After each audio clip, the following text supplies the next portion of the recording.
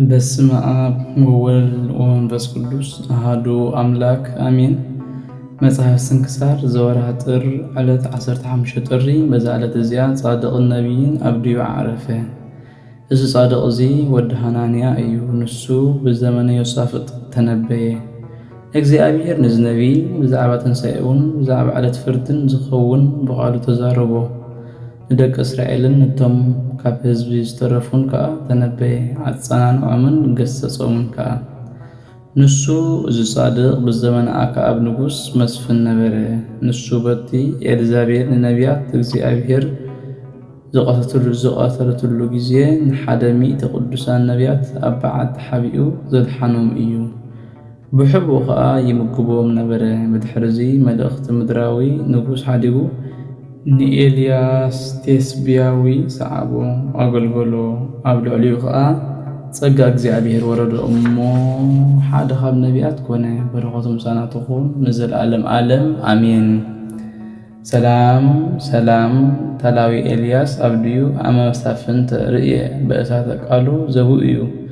ጸጋ ትንቢት ነሲኦ ከመ ነቢያት ተነበዩ።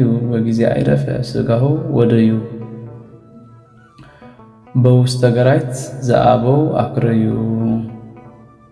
ሰላም ሰዓቢ ኤልያስ አብድዩ መሳፍንት ንዝረአየ በእሳት ቃሉ ዝውዓዩ ዘሓረሩ ጸጋ ትንቢት ተቐቢሉ ከምቶም ነቢያት ዝተነበዩ ምስ ዓረፈ ስግኡ ወድዩ ኣእተዉ ኣብ ማእኸል ግራት ኣቦታት ዝኸዓትዎ ኣኽርዩ። በዛ ዕለት እዚኣ ናይ ሶርያ ቤተ ክርስቲያን ንቅዱስ ጎርጎርዮስ ሓዊ ባስልዮስ መዘከርተ በዓሉ የብዕሉ እዮም። እዚ ጎርጎርዮስ ኣቦ ቅዱሳን ኣሕዋቱ ብኩሉ ትሩፋትን ብነብስን ብስጋን ፍጹም ነበረ። ኩሉ ጥበብን ትምህርትን ተማህረ። ብኩሉ ቋንቋታት ብቋንቋ ዮናናውያን ኣጸቢቑ ፈላጥ ኮነ። ንኣምላኹ ቐና ብሃይማኖቱ ቁኑዕ ነበረ። እዘን ሰናይ ተግባራት ኣብ ልዕሊኡ ምስ ተፈጸማ ብዘይፈቓዱ ሓርዮም ኣብ ላዕሊ ሃገር ኑሲስ ኤጲስቆጶስ ሸምዎ። ንሳ እታ ኑሲስ ወደብ እያ። መጓሰ እግዚአብሔር ብጽቡቕ ሓለወ። ብትምህርቱን ብተግሳጽነቱን ብድርሳናቱን ልቦምን ነፍሶምን አብርሀ። ካብ ብሉይን ሐዲስን መጽሓፍቲ ተርጎመ። ንጉስ ቴዎዶስዮስ ብዛዕባ መቅደንዮስ ከሓዲ ናይ ሃገረ ቆስጠንጢና ሊቀ ጳጳሳት ነበረ።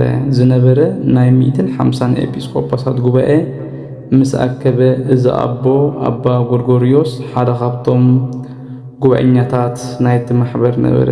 ንመቅዶንዮስን ንሰባልዮስን ንኣቡሊናርዮስን መናፍቃን ኣሕፈሮም። እነሆ እቲ ክሕደቶምን ጌጎኦምን ዕለት 1 የካቲት ተጻሒፉ ኣሎ። እዚ ቅዱስ ኣቦ ንኽርዳት ዝርኦም ካብ ግራት ኣባጊዕ ወንጌል ምሕዩ ኣጥፍአ። ብሰይፉ ቃሉ ነዞም ካሓቲ ጨናፍሮም ቆረፀ። ካብኡ ምስቶም ጉባኤ ዝነበሩ ማሕበር ሰላም ከደ ንሳቶም ብመንፈስ ቅዱስ ተዓወቱ ዘሰነፉ እዮም። እቶም ካሓቲ ከዓ ሓፈሩ። ኣብ ጽቡቕ ሽምግልና በጽሑ ንእግዚአብሔር ባህ ኣበሉ። እንሆ ዘይንኡ ከዓ ብ21 ጥሪ ጽሒፍናዮ ኣሎና። እቲ ዕለት ከዓ ብስርዓት ግብፃውያን መዓልቲ ዕረፍቱ እዩ። በረኸቱ ምሳና ይኹን ንዘለዓለም ዓለም አሜን። ሰላም ለጎርጎርዮስ ስንእወ ምግባር በኩሉ ምስለ ጳጳሳት ሄራን በቆስጠንጥንያ መድበሉ ለዚ መዋኢ መታሪ ዕልዋን በሰይፈ ቃሉ ተስካረ ዕረፍቱ በዘይትረታ ወይደሉ። በዛቲ ዕለት ሶርያ ያብዕሉ። ሰላም ንጎርጎርዮስ ስምምዕ ተግባር በኩሉ ምስ ሕያዎት ጳጳሳት ኣብ ቆስጠንጥንያ መድበሉ ንዝዕውት ኣቦ መታሪ ዓለውቲ ብሰይፈ ቃሉ መዘከርቲ ዕረፍቱ ብዝግባእ ኣብ ዝሃለወ ይሃሉ። በዛ ዕለት እዚኣ ሶርያውያን የብዕሉ።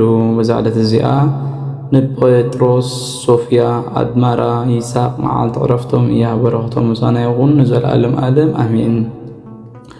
በዛ ዕለት እዚኣ ቅዱስ ጨርቆስ ኣዲዩ ኢዮሉጣን ሰማዕትነት ተቐበሉ።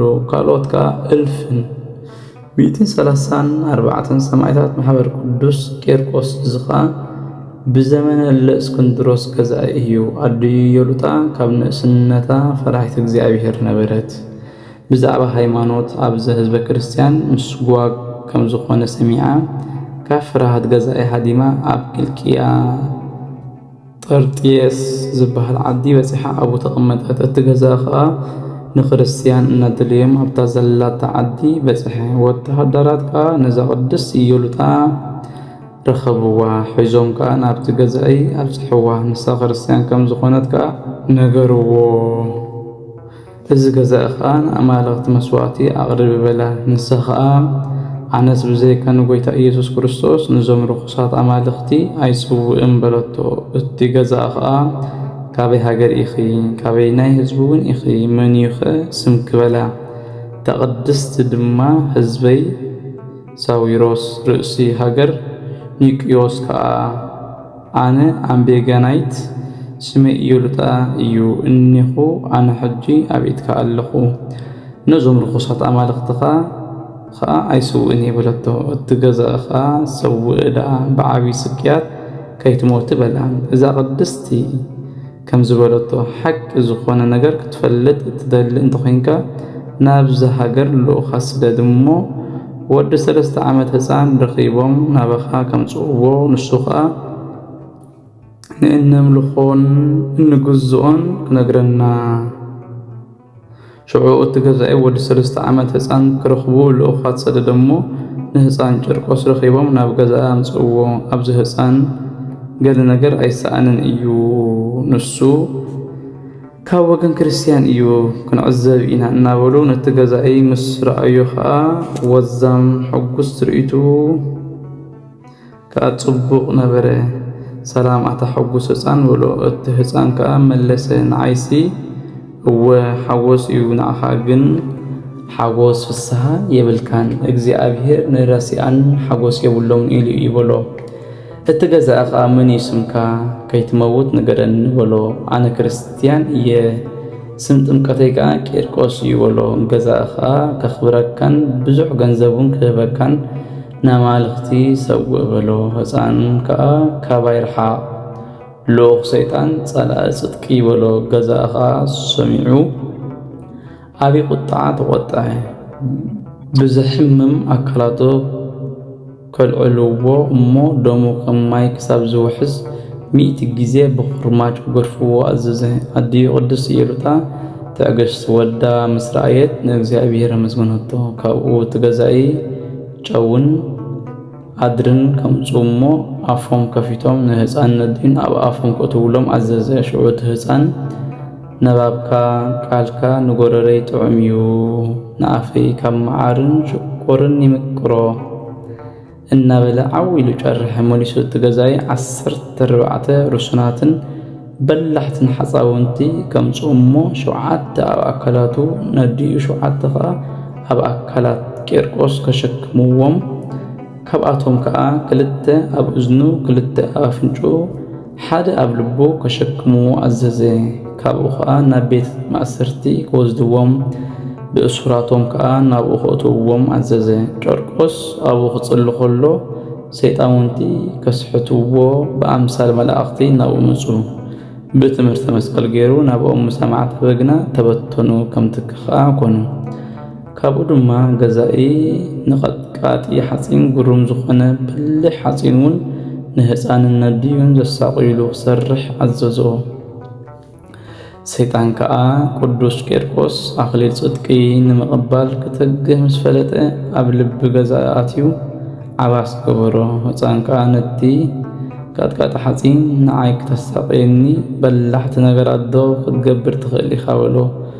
ንሱ ከዓ እወ እኽእል እየ በሎ። ህፃን ከዓ ኣዘዞ በሎ እውን 2 መላፀይታት ዓቆኑ ነናይ እመት መስፈሪ ርእሲ መጥወይ ክሳድ መዝሓቅ ኣስናን መውፅኢ ዓይንቲ መተኽተኺ ኣፍንጫ መፅፍዒ ኣእዛን ፈታሒ ኣካላት መፍሓቂ ጎንታት መስበሪ ብርኪ መውግኢ ሰራውርን ጅማውትን መስለኽ እውን 3 ሸካላት ማዕረ ቁመተይ ግበረለይ። ኣብኡ ከዓ ስሉስ ቅዱስ ዘይፈላለ ካብቶም ዝፀውዕዎ ከዓ ዘይርሕቕ ኢልካ ፀሓፈሉ በሎ። መሊስካ እውን ከም ዝግበር መጥወይ መኸወሲ ድስትን መሰኽተትን ገሊል ዝብል ሰረገላ መድነን ክሳድን ሓፂር ዝመትሓዚኡ ኣብ ከብዲ ዘሎ ዝገላብጥ እዛ ኣነሳቀየሉ ዝቕፅዓሉ እዩ ስራሕ ዓዳሉ ወሎ እቲ ስራሒ ካትካታ ሓፂን ከዓ ሰሚዑ ተደነቐን ተገረመን ኣብታ ሃገር ንዘለዉ ስራሕቲ ሓፃውን ከዓ ሓጉዙን ኢሉ ብ40 መዓልቲ ፈጸሞ ኣዳልዎውን ካብኡ እቲ ገዛኢ ሓወዮ እሞ ርእሱ ምስ ቆርበቱ ክላጽይዎ ኣብ ርእሱ ከዓ ጓህሪ ክኽዕውሉ ቀረር ከብልዎ ካብ መንኮቡ ክሳብ ሽኾንኡ ከዓ 4 ቀትርቲ ከተኽልሉ ኣዘዘ መልኣኽ እግዚኣብሔር መፂኡ ከዓ ነዚ ስቃያት ካብ ልዕሊኡ ኣለዮ ደጊሞውን ካብ ንግሆ ክሳብ ሰዓት 7 ኣብቲ በላሕቲ መሳቒ መቕፅዒ ዘለዎ ቦታ ኣእተውዎ ከሕምምዎ ግና ኣይከኣሉን ጎይታ ከዓ ተገለጸሉ እሞ ኣጸናንዖን ኣበርትዖን እቲ ገዛእ ከዓ ነቲ ህፃን እስከ ክንርኢ ተኣምራት ግበር ነዚ ኣሳእነይ ወሲድካ ህይወት ዘለዎ እስከ ግበሮ በሎ እቲ ህፃን ምጸለየ ከዓ እቲ ኣሳእን ዓብዪ ኣርሓ ኾነ ካብ ክሳዱ ከዓ ወጠጦ ወፀ ጠቢሖም በልዕዎ 1,104 ዝኾኑ ሰባት በልዕዎ ገዛእ ተቆጥዐ መልሓስ እቲ ህፃን ክቆርጽዎ ከዓ ኣዘዘ ምስ ቆረጽዎ ከዓ መልሓሱ ቀልጢፋ ናብ ቦታኣ ተመለሰት እዚ ገዛኢ ደጊሞም ዓብዪ ድስቲ ከምፁ ኣብኡ ከዓ ማይ ከፍልሑ ኣዘዘ ምስ ፈልሐ እቲ ድምፁ ከም ነጎዳ ክረምቲ ኾነ ኢዮልጣ ከዓ ነዚ ምስ ረኣየት ፈርሀት ሽዑ ወዳ ናብ እግዚኣብሔር ጸለየላ ጎይታና ድማ ቅዱስ መንፈሱ ለኣኸላ እሞ እቲ ፍርሃት ከዓ ረሓቐላ ምስ ወዳ ከዓ ናብቲ ውዑይ ማይ ዘለዎ ድስቲ ኣተወት እቲ ማይ ከዓ ከም በረድ ኮይኑ ዝሓለ ገለ ከይኮኑ ከዓ ብጥዑያቶም ወፁ መሊሱ እቲ ገዛኢ ኣብ ጠገን መቁረፂ ዘለዎ ከእትውዎ እሞ ስጉኦም ክሳብ ዝዘጋገል ብገመድ ክስሕብዎም ኣዘዘ መልኣኽ እግዚኣብሔር መፂኡ ከዓ ኣድሓኖም እዚ ገዛኢ ኩሉ ዝገበሮ ነገር ኣብ ልዕሊኦም መቕዓል ምስኣነ ክሳብ ውዶም ብሰይፍ ክቆርፅዎም ኣዘዘ ሽዑ ጎይታና ኢየሱስ ክርስቶስ ምስጋና ይኹኖ ወረደ እሞ ነቲ ህፃን ከዓ እትደልዮ ለምን እንበሎ ቄርቆስ ህፃን ከዓ ስጋይ ኣብ ምድሪ ኣይቀበር ኩሉ ስመይ ዝፀውዐ መዘከርታይ ዝገበረ ቤተይ ዝሃነፀ መጽሓፍ ገድለይ ዝፀሓፈ ወይ ከዓ ዘንበቦ ኣብ ቤተ ክርስቲያነይ መባእ ዝወፈየ ወይ ከዓ ኣብኣ ዝጸለየ ኦ ጎይታ ዝደለይዎ ሃቦም ሓጢኣቶም ከዓ ይቕረ በለሎም በሎ መድኃኒና ከዓ ዝለመንካ ንኹሉ ሂበካ ኣለኹ ንስኻ ከዓ ኣብ የማነይ ክትህሉ ኢኻ ስጋኻ ከዓ ኣብ ሰረገላ ኤልያስ ከንብሮ እየ በሎ ህፃን ቄርቆስ ከዓ ጎይታ ዝበሎ ሰሚዑ ኣጸቢቑ ተሓጐሰ ንጎይታና ድማ ኣመዝገኖ ካብኡ ሙሳድዩ ፍርቂ ለይቲ ኣርእሶም ተቖርጹ ዘይበርስ ኣኽሊል ህይወት ከዓ ተቐበሉ ጎይታና ከዓ ንነፍሶም ብኽብርን ብዘይክበከኣል ምስጋና ውዳሴ ወሰዳ ቅድስት በረኸቶም ምሳና ትኹን ንዘለዓለም ዓለም ኣሜን።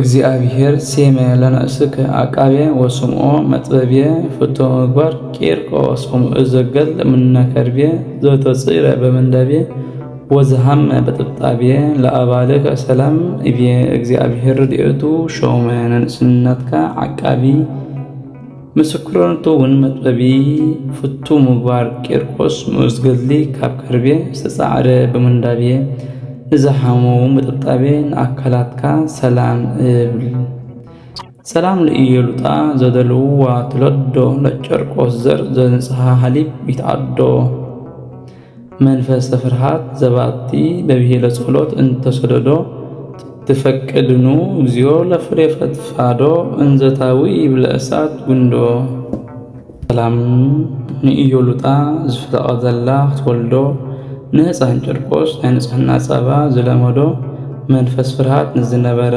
ብምጽላይ ጸሎት ዝሰደዶ ኦ ጎይታ ትፈቅድ ዲኻ ነፍሬ ፈትፍዶ ብዙሑ በሓዊ እንዳቃጸልካ እትቐንዲ ጉንዶ ሰላም እብ ዘምስለ ጨርቆስ ሰማዕታት 1114 ኣኮ ዘሞቱ ሰናይ መዊተ ሃጣነ ምድር እለዘረወሙ ዝርወተ كما يزروا تقلات مرئته سلام ابن مش جرقوس تسوؤوا سماعتات حاد ألفن شحن 4 قصهرات زموتوو صبوق زيكون موت حتى أن مدري زروو زروت نموغوس أنسسا كم زبطنو أراويت تغربكو مهلت عزها خير أيلاف كافتوم أزوت يروم زبلبلها كل جزء بزي معرف عندها نبب تقبل نيدخنتي مسحف زقبر كاقويتا نايتا مبلت مبا وكوف كابزوتو هابتا معطني هابتوم طرف نبيات قدسان حوارياتهم سبخيان سماعيت مسات كان